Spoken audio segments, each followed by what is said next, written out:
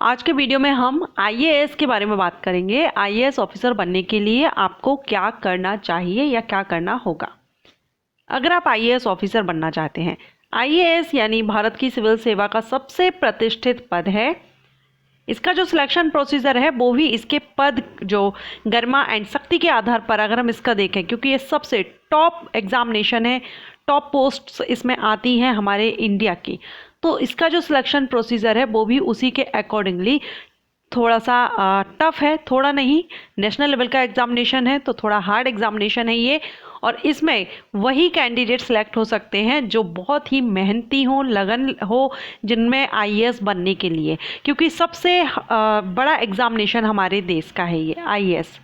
Okay, सो इसमें आपको बहुत ही हार्ड मेहनत करनी होती है, लेकिन हाँ, ऐसा नहीं है कि एग्जामिनेशन टफ है, हार्ड है तो आप सिलेक्ट नहीं हो सकते। अगर आप इसमें तैयारी करते हैं और अगर आपके अंदर जुनून है तो आप ज़रूर आईएएस ऑफिसर बन सकते हैं।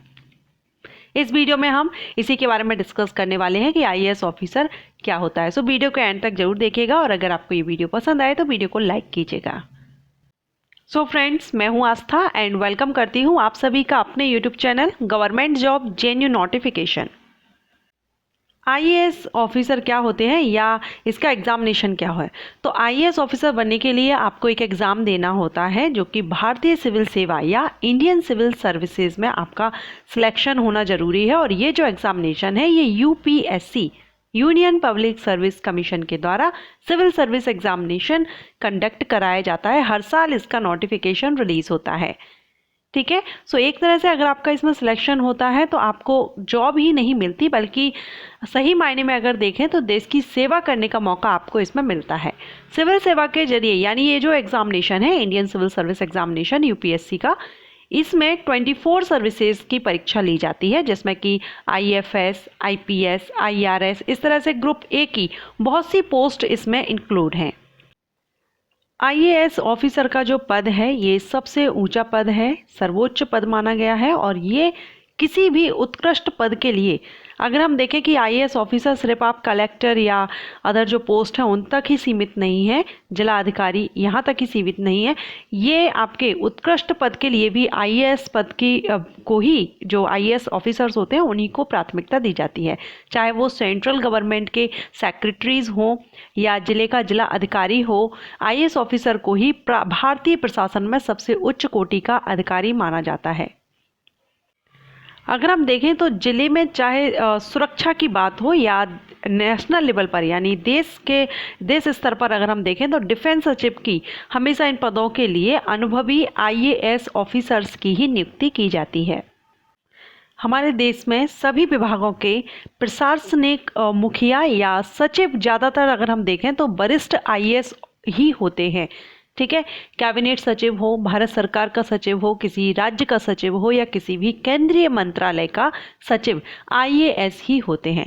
भारतीय प्रशासनिक सेवा में सबसे बड़ी रैंक आईएएस को ही दी गई है, इसलिए देश के किसी भी उच्च पद पर बैठने वाला जो अधिकारी है निश्चित रूप से वो आईएएस हो सकता है। ठीक है, सो चलिए हम इसकी एलिजिबिलिटी कंडीशंस देखेंगे और आपको किस तरह से इसकी तैयारी करनी होगी ये भी हम आगे डिस्कस करेंगे।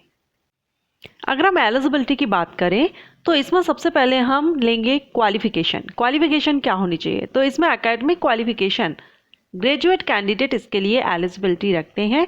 आप सभी जानते होंगे यूपीएससी के द्वारा जो सिविल सर्विस एग्जामिनेशन कंडक्ट कराया जाता है, आप किसी भी स्टेट से बिलोंग करते हैं, अगर आप एक इंडियन सिटीजन हैं और आपने ग्रेजुएशन किया है किसी भी सब्जेक्ट से, तब आप इसके लिए एलिजिबल है, आप इसके आवेदन कर सकते हैं। मैं आपको बता चुकी हूँ यूपीएससी की वेबसाइट पर हर साल इसका नोटिफिकेशन रिलीज किया जाता है। इसके अलावा अगर आपने डिस्टेंस एजुकेशन से भी अगर आपने ग्रेजुएशन किया हुआ है तो भी आप इसके लिए एलिजिबिलिटी रखते हैं। वहीं अगर हम बात करें एज लिमिट की, तो जनरल कैटेगरीज के कैंडिडेट के लिए अपर एज लिमिट 32 ईयर होती है, ओबीसी कैंडिडेट के लिए 35 year and SC ST candidate के लिए एंड अदर जो भी रिजर्व कैटेगरीज के कैंडिडेट हैं उनके लिए 37 ईयर एज क्राइटेरिया रखा गया है अपर एज लिमिट का। ठीक है, और इसमें अटेम्प्ट्स भी रहते हैं जनरल्स के लिए, ओबीसी के लिए, एससी एसटी कैंडिडेट के लिए अनलिमिटेड है, आप कितने भी बार ये एग्जामिनेशन दे सकते हैं। अब आईएएस ऑफिसर अगर बनना चाहते हैं तो सबसे पहले आपको क्या करना होगा, पहले तो आप 12th पास आउट होंगे किसी भी सब्जेक्ट से, जो भी आपका स्ट्रीम है। उसके बाद आप अपना ग्रेजुएशन कंप्लीट करेंगे किसी भी सब्जेक्ट से। लेकिन मैं प्रेफर करूँगी कि आप प्रोफेशनल कोर्सेज से, अगर आपका एम है, लक्ष्य है कि आप IAS ऑफिसर ही बनना चाहते हैं, तो फिर मैं आपको एक सजेशन दे रही हूँ, फिर आपकी चॉइस है। आप प्रोफेशनल कोर्सेज से ना करके आप नॉर्मल जो कोर्सेज हैं BA BSc या कॉमर्स आप कर सकते हैं, क्योंकि प्रोफेशनल कोर्सेज में आपको एक्स्ट्रा आपका एफर्ट लगता है, मेहनत लगती है। और यहाँ पर जो UPSC CSE एग्जामिनेशन है ये भी काफ़ी टफ होता है, यहाँ पर आपको इसकी भी प्रिपरेशन करनी होती है। ऐसा नहीं है कि बहुत से कोई भी इस तरह का जो प्रोफेशनल कोर्स से है वो इनमें सेलेक्ट नहीं होते हैं। बहुत से कैंडिडेट हैं जो इस तरह से सिलेक्ट हो जाते हैं, बट आपको थोड़ा इजी रहेगा जो मैं आपको बता रही हूँ उस तरह से अगर आप करते हैं। ठीक है, फिर आपकी चॉइस है, आप जैसा करना चाहें। सबसे पहले आप अपना ग्रेजुएशन कंप्लीट कर लेंगे।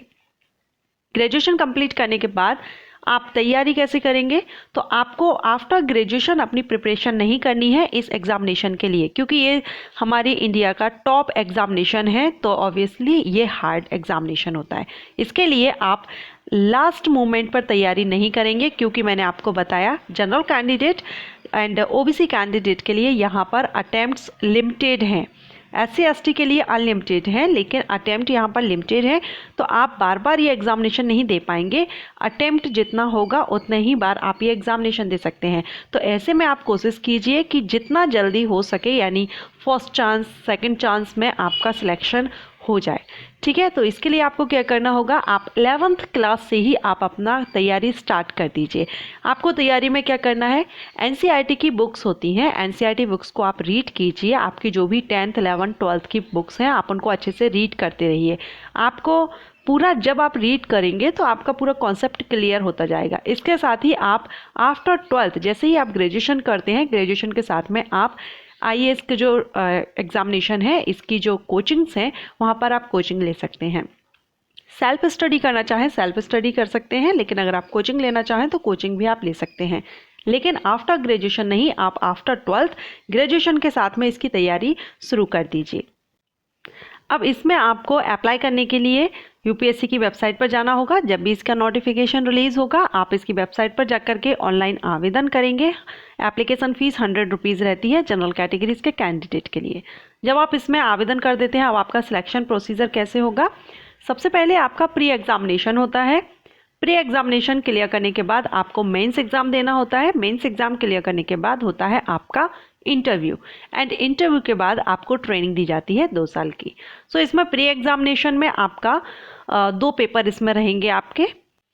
इसमें आपका जनरल स्टडीज़ एंड CSET से रिलेटेड क्वेश्चंस किए जाते हैं, जिसमें कि सामान्य अध्ययन प्रश्न पत्र फर्स्ट और सेकंड होता है। MCQs टाइप्स रहता है, दोनों ही 200 मार्क्स के रहते हैं।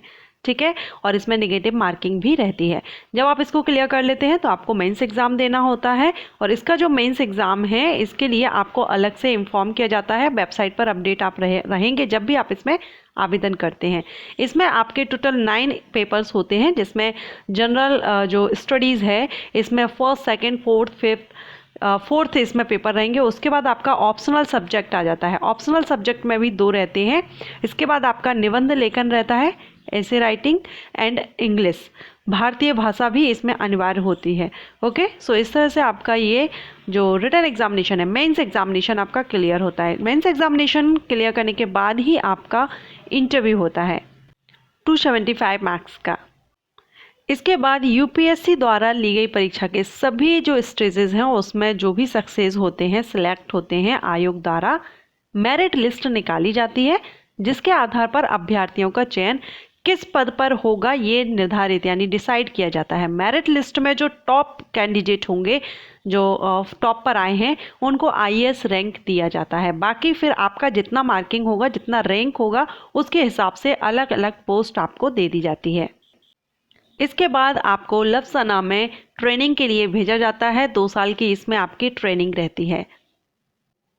सो अभी हमने जाना कि IAS बनने के लिए, अभी मैंने आपको ये सब कुछ ब्रीफली बताया हुआ है। इस पर मेरा ऑलरेडी एक वीडियो अपलोड है जिसमें आपको एक्सप्लेन किया गया है, अच्छे से आपको बताया गया है आईएएस ऑफिसर कैसे बनते हैं एंड आपको क्या करना होगा, क्योंकि मेरे कुछ वीडियोस पर कमेंट थे, 7th क्लास के जो बच्चे हैं वो भी कमेंट कर रहे हैं कि आफ्टर हम लोग 7th क्लास में हैं तो हमको क्या करना चाहिए अभी से।